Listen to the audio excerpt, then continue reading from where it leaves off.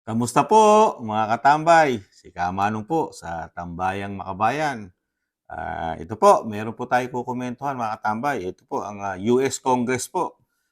Nagpunta po sa ating bansa at syempre po nakipag-meeting po sa Pangulong Marcos at nagpahayag po ng pagkabahala po ito po sa tinatawag na iringan po at problema po sa South China Sea at sa ating naman po West Philippine Sea.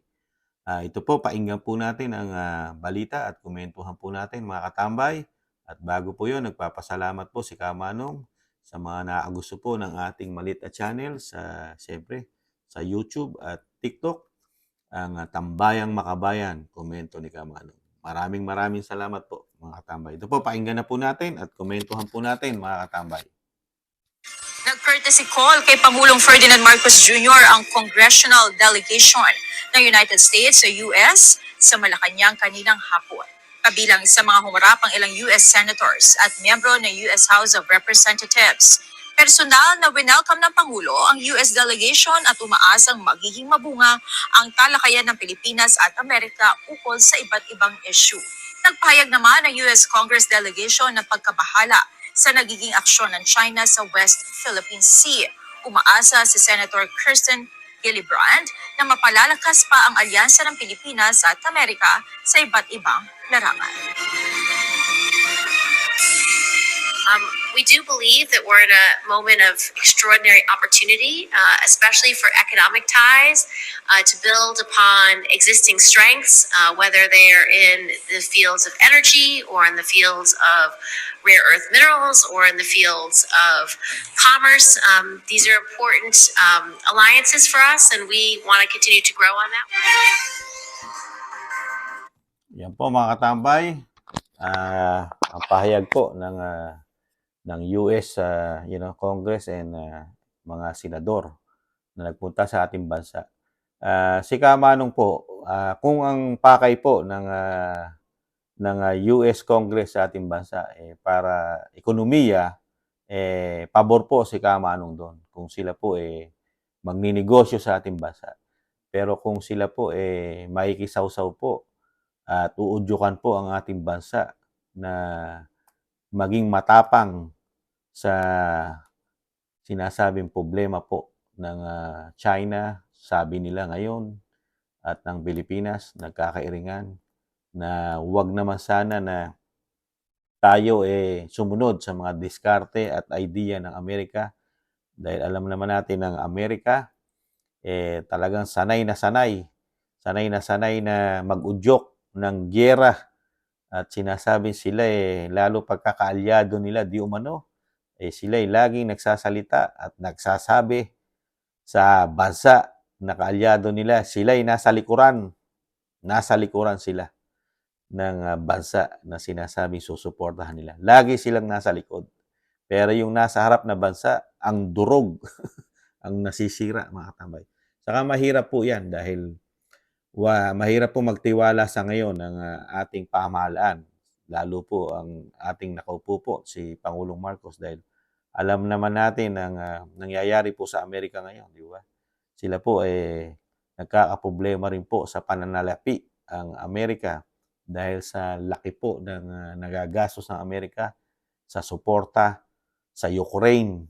Isang damukal na pera po ang nauubos ng Amerika sa kakasuporta po sa giyera. Nandiyan pa po ang Israel. Di ba? Tapos kung tayo po makikinig po na susuportahan nila, nagkakaproblema na nga po sila sa Ukraine at Israel. Ano po pa ba ang maibibigay na suporta sa atin ng Amerika? Di ba?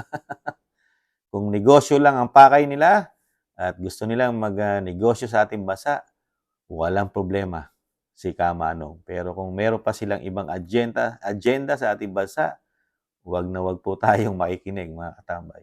At mismong si dating President Trump, dahil magkakaroon po ng halalan sa darating na November ang Amerika at nagiging matunog po ang dating Pangulong Trump sa mga survey po ng Amerika at ng mga Amerikano dahil sa ginawa pong pahirap di umano ng administrasyon di umano ni Biden sa mga Amerikano na 4 na taon, krisis dahil sa giyera. Nagmamahalan po din ang mga bilihin din sa Amerika at na lahat dahil po sa laki ng kailangan ng Amerika at itustos sa giyera. Sa tao po, kinukuha po yun, mga katambay. Sa tao po ng Amerika, kinukuha ang mga taxes din para makatulong sila sa mga bansang sinusuportahan nila. Kaya malaki po ang posibilidad na magdelikado po ang Presidente Biden kay dating President Trump. At nagpahayag din po ang dating President Trump na pag siya'y nanalo, within 24 hours, ititigil niya po ang giyera. Ipatitigil niya ang giyera sa Ukraine at hindi niya susuportahan. Paano kung mangyari po sa Pilipinas yun? Di ba? Na umarya tayo na umarya. At makinig tayo sa Presidente ng Amerika ngayon na si Joe Biden. At nanalo si President Trump, si dating President Trump. Ano na?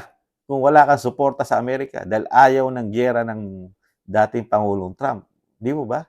Kaya dapat maging matalino po tayo sa lahat ng diskarte ng ating bansa. Dahil bansa natin ang mapapahamak, hindi bansa ng Amerika. Di po ba mga katambay? Yun po komento lang ni Kamanong. Kung meron po kayong komento at mali si Kamanong, pwede nyo naman pong pulaan si Kamanong. Yun po aking pananaw, mga katambay. Dahil si Kamanong ayaw na ayaw ng giyera ni Kamanong.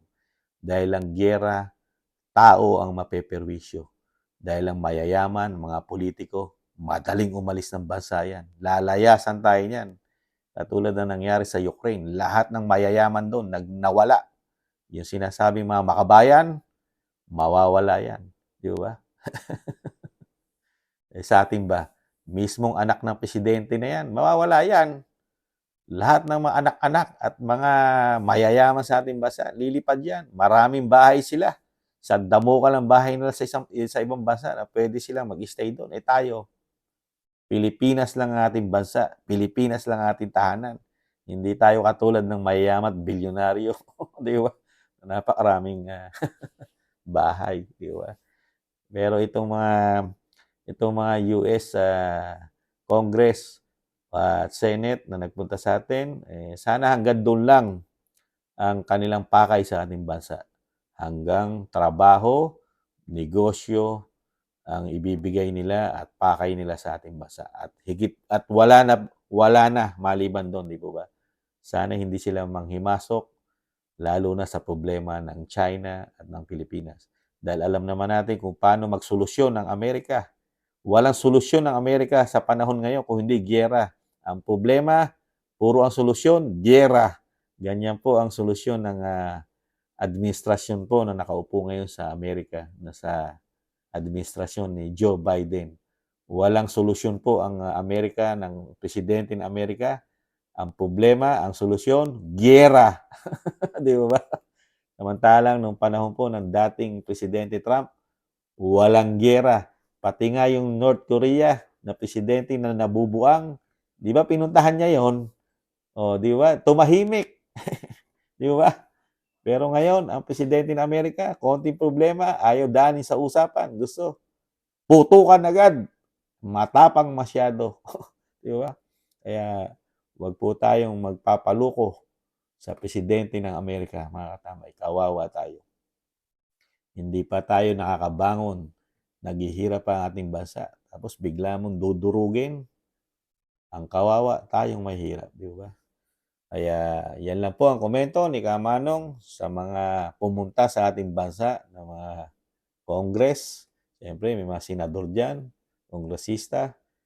Sana ang ating Pangulong Marcos, dahil siya ang Commander-in-Chief, huwag po sana siyang magpapadikta, lalo pagdating sa West Philippine Sea at South China Sea.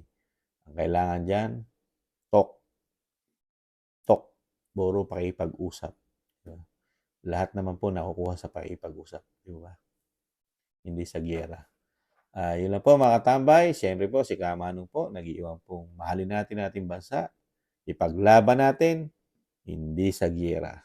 At makakabangon pa tayong muli. Paalam. Bye-bye.